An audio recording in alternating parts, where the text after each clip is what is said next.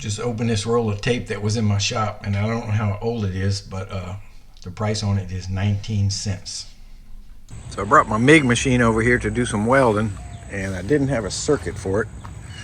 I used to have a circuit for it, but I don't know what happened to it. It's gone. So I had a good heavy cable. It's a number 6, and I ran it, hooked it up to the breaker panel. It was too short, so I did a proper splice here with some kerneys and taped them up, and then I put that splice into this old water fill tube, split it, wrapped it around there, and wrapped all that up. So I think my splice is safe. I used 19 cents worth of electrical tape, and I got a plug, and I think I'm almost to code.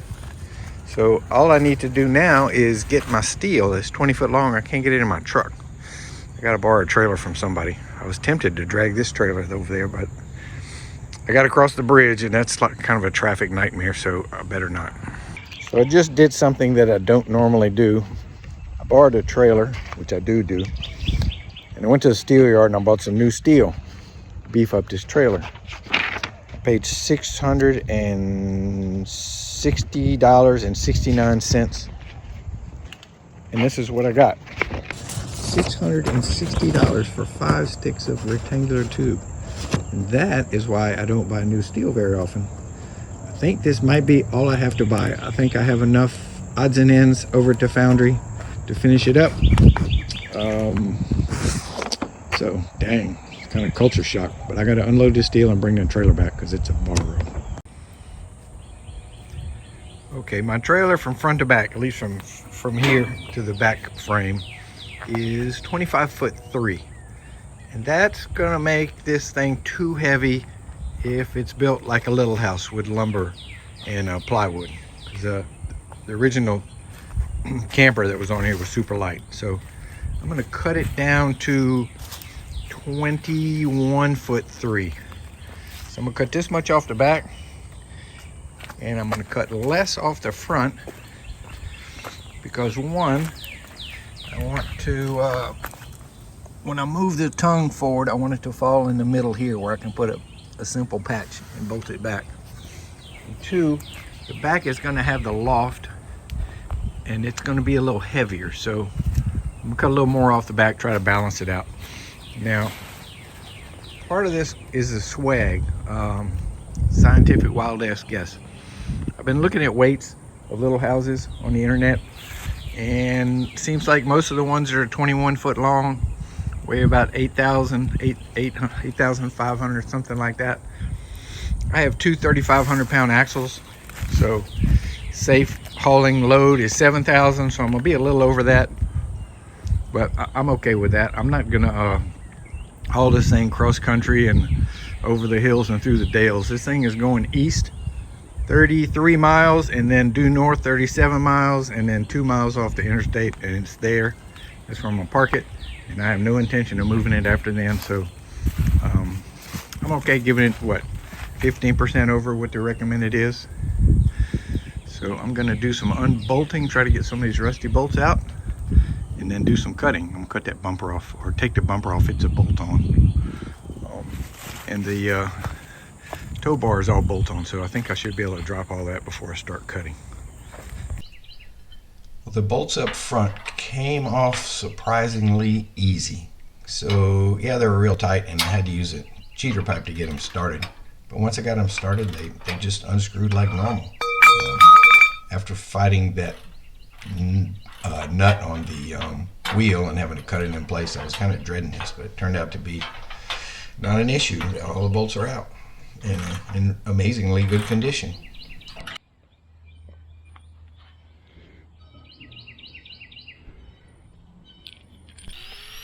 So my last visit to the foundry, almost grabbed my 7-inch grinder, which cuts much faster than its 4.5-inch grinders, and the blade is bigger, so you have to do less contortions to reach everything. And then I thought to myself, you know, at some point when you have more tools and more cords under your feet, you lose any efficiencies that you might have gained by having a certain tool that does a certain thing a little better.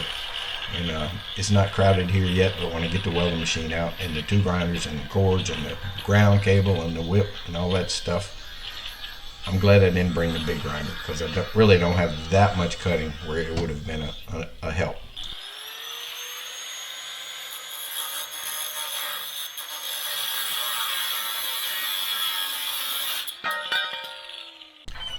So while I had wrenches out, I decided to go ahead and go to the back and unbolt the back bumper, which appeared to be bolt-on. It was added after the fact. It wasn't factory. And these two diagonal braces were added after the fact. So somebody had crawled under the trailer and put these braces on for some reason. Kind of curious. I don't know if it was part of adding the receiver hitch, which is in the middle of that bumper, or not. But I always kind of like to follow the logic of what happened when. But anyway, I took all the bolts out the bumper. I thought it would fall on the ground, and in fact it is welded in addition to being bolted, so it turned out to be a hassle. I got the whole thing on the ground, and I think I will put the black bumper back on at some point. And not that I'm going to tow a trailer with this thing, but it just be a nice shelf in the back to stand on and to maybe put a storage box on or whatever. All right, the bumper fell off. Missed that video. Now I'm ready to make these two cuts. It's going to be a little more complicated because of that little piece that's welded in there, but we'll make it happen. I don't want to change the length just to avoid messing with that weld. Turns out the weld on this little cross member was pretty pathetic, and I can just picture somebody leaning up under this, or laying under the trailer and trying to weld in the blind, and it looks like they didn't grind off the galvanizing and they got what they got, so it knocked off pretty easy with a hammer. So I have a 21-foot trailer and I have 20-foot steel, so I have to put a splice somewhere. And I guess theoretically the weld should be as strong as the tube, but I'm not under any kind of delusion about my welding. So in the front, I put the splice on the top. I put the splice on the top and the front.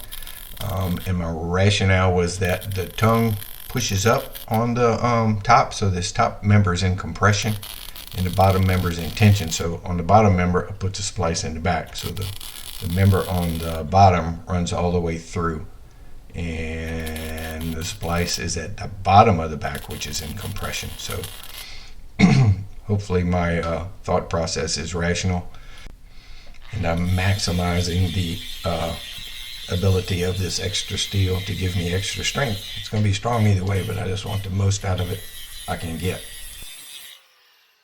So with one of the drops, I scribed the hole in the front that I want to plug where the where the hitch will be bolted. So I'm going to cut this out, but I got to cut it bigger, maybe 1/8 of an inch all the way. I'd rather cut it big and then grind it down to fit, because this is probably too small. So first I rough cut them with some kind of square ends or hexagonal ends, and then just buff them a little bit with the 40 grit flat disc, and sand the galvanizing off. So sand the galvanizing off of the hole. There it goes, and I got a good fit on this one. Grind the other one, make it fit. The afternoon, I put the wire wheel on the grinder and cleaned up the top of this C channel because it had some rust spots, and I knew I was never going to be able to get to them again. And today, on 1 foot intervals on each side, I grinded off the paint that I just put on there and the galvanizing, so I could get a good weld on my 2x2 rectangular thing. So I grinded. So essentially we'll have a weld every 6 inches. And then we'll put this 2x2 on top, just like I got it clamped, and weld it up. And then I'm going to put another one on the bottom. So I'm kind of making like a little I-beam with strength at the top, strength at the bottom, and a web. And the web's pretty inadequate, so we'll put some more strengthening on that. But today I should actually be able to start welding. I got to take this off, grind my 6-inch spots, and yeah, ready for lunch. We're gonna be welding. So the little piece up front is welded on the bottom and ground flat, and I flipped it over. Now the whole thing is clamped. I've done my grinding every 6 inches and ready to weld. And I will weld until I get a hot spark in my tennis shoe, and I'll go inside and put some proper clothes on and finish welding.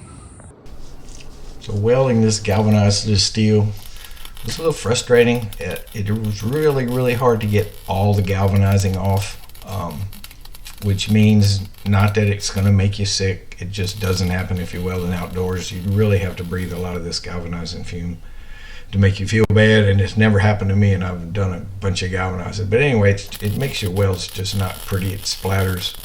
You think you get all the galvanizing off, but I don't know, maybe you could grind it into the pores of the metal and it splatters. It's just a little frustrating. And then additionally, the MIG gun never works as well outside as it does inside, because there's always a little bit of a breeze blowing your gas away.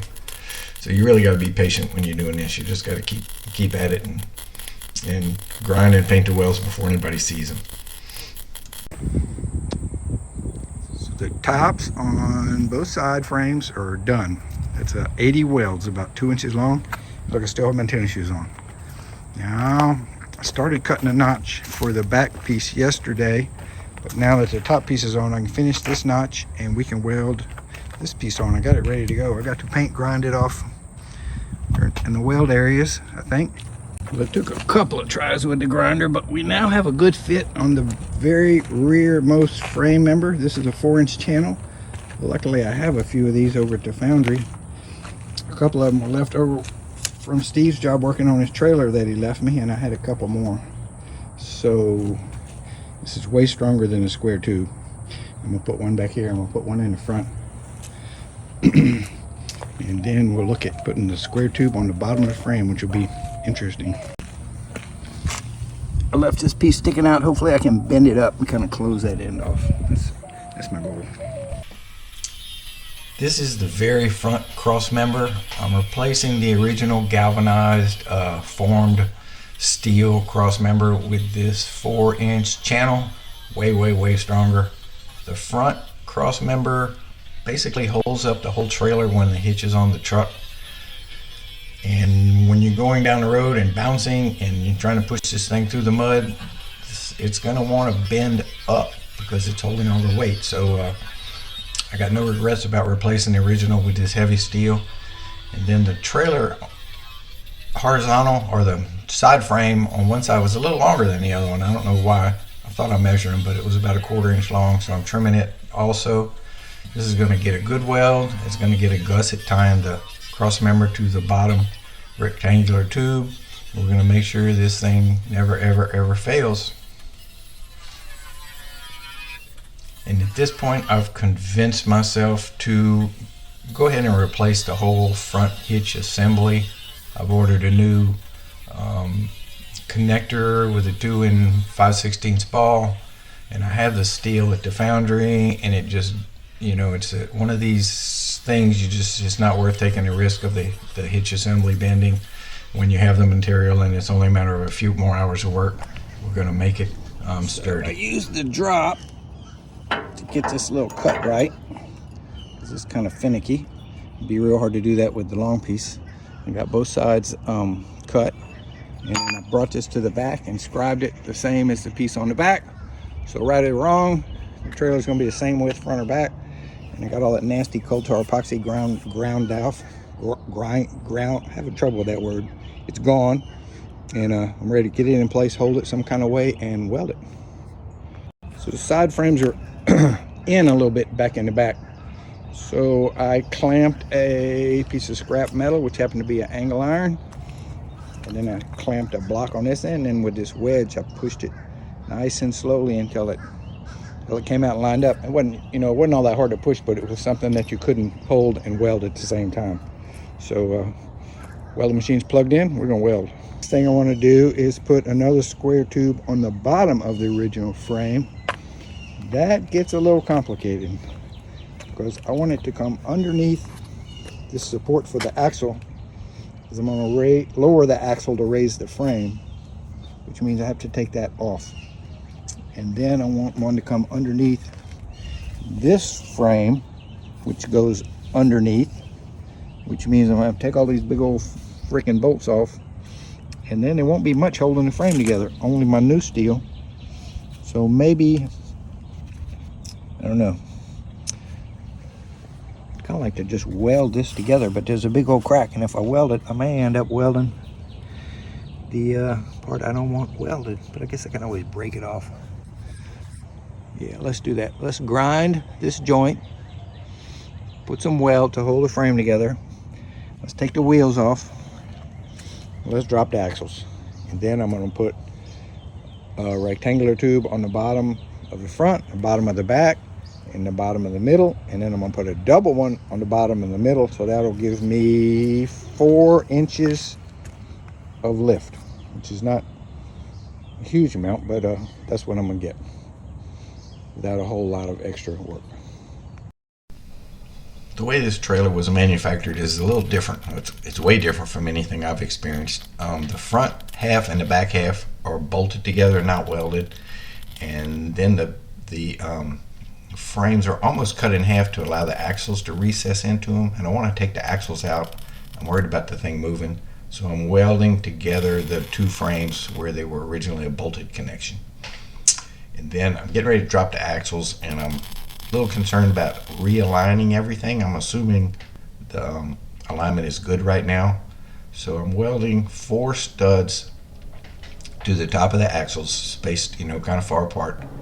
And then I took some scrap steel and some scrap plates that had a hole that fit that stud, and I made like an X-brace structure that fit over these studs. Before I dropped these axles, I made an axle aligner tool, simple as it can be. I welded a stud in 4 corners. I found a plate with the right size holes, cut it into quarters, and I put it crisscross and a front to back, and welded them all up so that when I get ready to put the axles back, I just need to drop this frame, snug it up, and it should keep them aligned, assuming they're aligned now, but I think they are. It pulled pretty good. So I can take it off now and put it in a safe place and mark this back corner so I know which way to put it. And we're going to start taking off all these big nasty bolts, which I'm not looking forward to. So we've got all the lug nuts off. I don't think they've been off in 20 years or maybe longer. I don't know, some of them are so tight. I used my lug nut wrench and a cheater pipe and a torch, and I almost called my wife for help. That's how tight some of them were, but I got them all. So now we get these big bolts and see if we can't drop this axle off. I'm anticipating a struggle with these things. It looks like, to compensate for this super lightweight metal that this frame's made out of, it looks like they dimpled all the bolts, where the dimple kind of locks the extra steel into the frame. You can see the dimple going all the way through, which means in order to drop this straight down, the frame's got to go in a little bit, which means both axles have to kind of at least got to at least loosen the bolts on this one and take all the bolts out of this one before it can drop down. And that means I'm gonna have to take off my gray water tank, which is this. I've been kind of using it for a shelf. It's just sitting there, and the angles that held up the gray water tank and the black water tank, which no big deal, they need to come off anyway. So yeah, kind of curious how this is going to work. The axles are held in place with 4 half-inch bolts on each side. They were pretty rusty looking. I put the wire brush on them and tried to clean what I could. They're real hard to access. I put Kroll on them a couple of times in the last week, and then I just sprayed them with WD-40. And to my pleasant surprise, they actually unscrewed fairly well. I had to put the cheater pipe to get them started, but after that, they all came out. So the front axle is completely unbolted. The only thing holding it is friction, I guess, and those little dimples. So if I loosen the bolts on one end of the back axle, I should be able to scoot the frame in a little bit, because there's nothing separating the frame except the very front, and the very back is probably pretty flexible. And it should fall out the sky, and it's going to be heavy, and it's going to twist and fall, but I can't help that. We just got to get it out.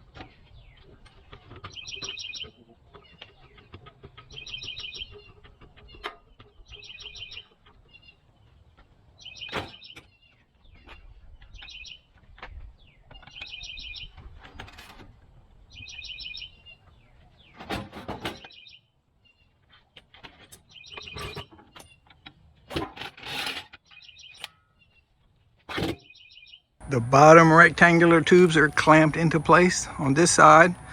The cut on the back is good. This one I'll have to cut right there, and I'm gonna have to cap the end. Same here, I'm gonna have to cut and cap. And this one I'm gonna cut with this slope, and I'll have to cap it also. So take them back off, cut them and cap them, clamp them back. And I think I'm gonna grind the galvanizing with the steel in place and just put a cutoff wheel in there, because I didn't do too good on these. I ended up grinding in the wrong place most of the time. So I think if I just run my cutoff wheel and clear me a spot, I think we'll be all right. And I don't even have to mark it. I just go straight down from the wells on top. Well, another day and I'm done. I'm done for the day. There's still plenty of daylight, but it don't matter. My impending antiquity is catching up with me. But I had a good day. Put the front frame on, fit it, and welded it. And I got the bottom tubes fit and welded with the ends closed up. I got this little fancy slope on the back of this one. And I got the wheels off, which was no small feat. And I got the axles dropped. So, he had a good day. Tomorrow we'll get the bottom on the other side, I think.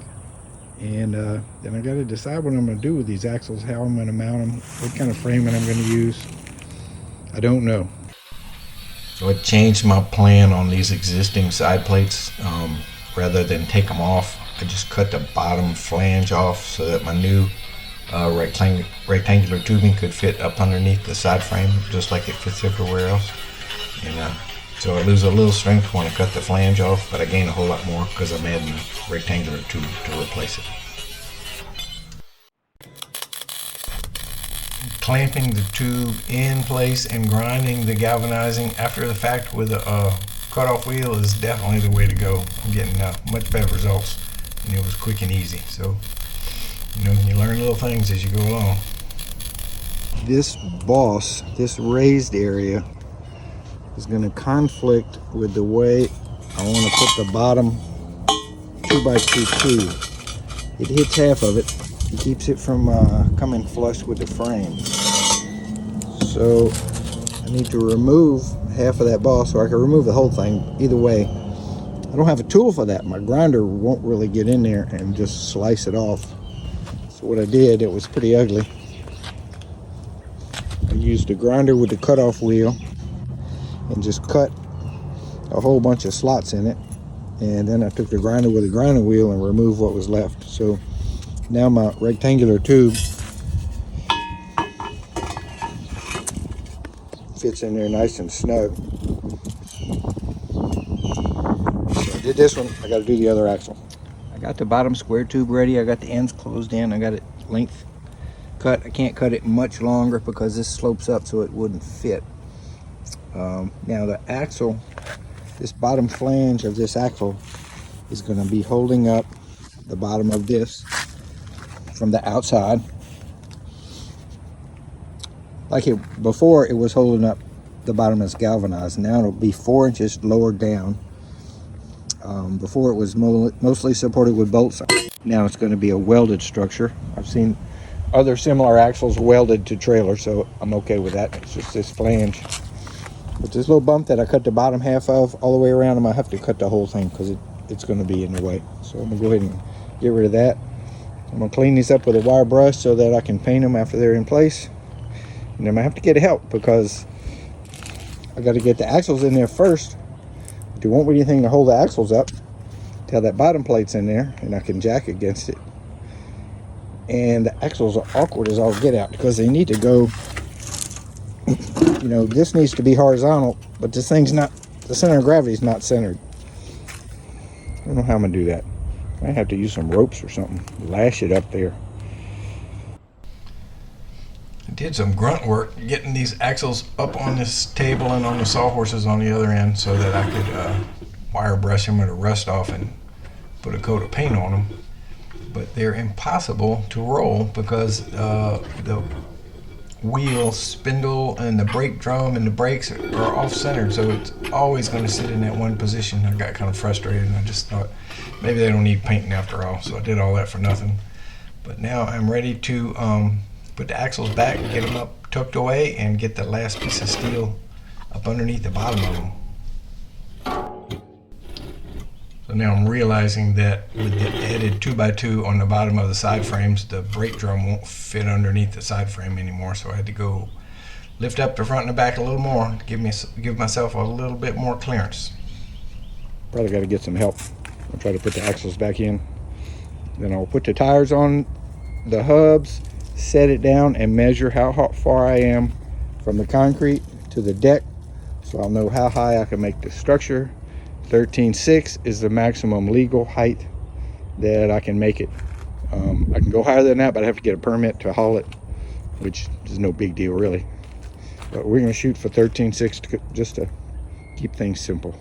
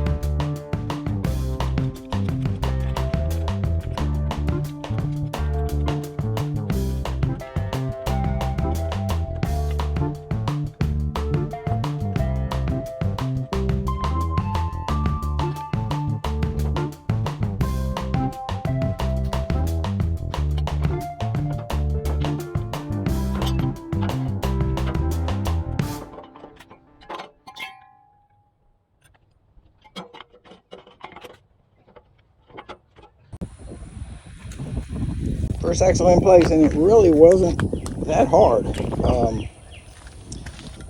Combination of floor jacks and my screw jacks and a bunch of blocks. Right now it's in place, and there's more than 2 inches right here, so I can get my 2x2 beam in place and clamp it and then push the axle up tight to the beam and start welding. And I just need to do the same thing with this axle.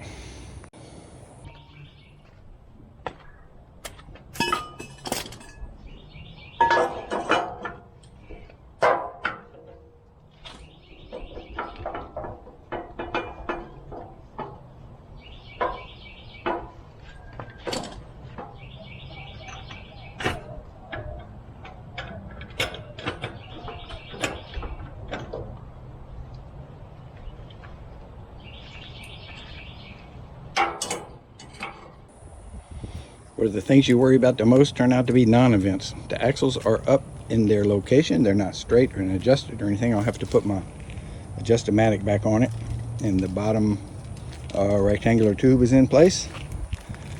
Gonna go eat some lunch and then come back and do some careful checking, and if everything's lovely, we'll start welding. Everything's pushed up tight, snug. The axles are centered in their holes. The plate on the outside is a good fit along here. The truth will be when we set the jig.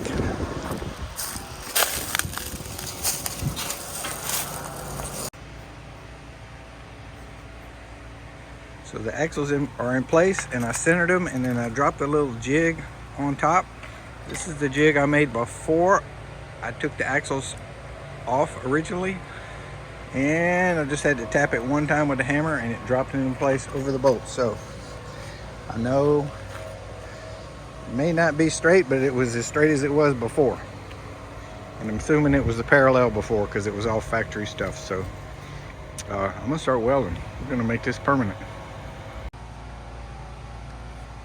Plenty enough weld on everything so I can remove the clamps and the jacks and the cross braces and have better access and just weld everything. Weld it all up. Enough for now. Thanks for watching. More to come. Gotta finish this thing up.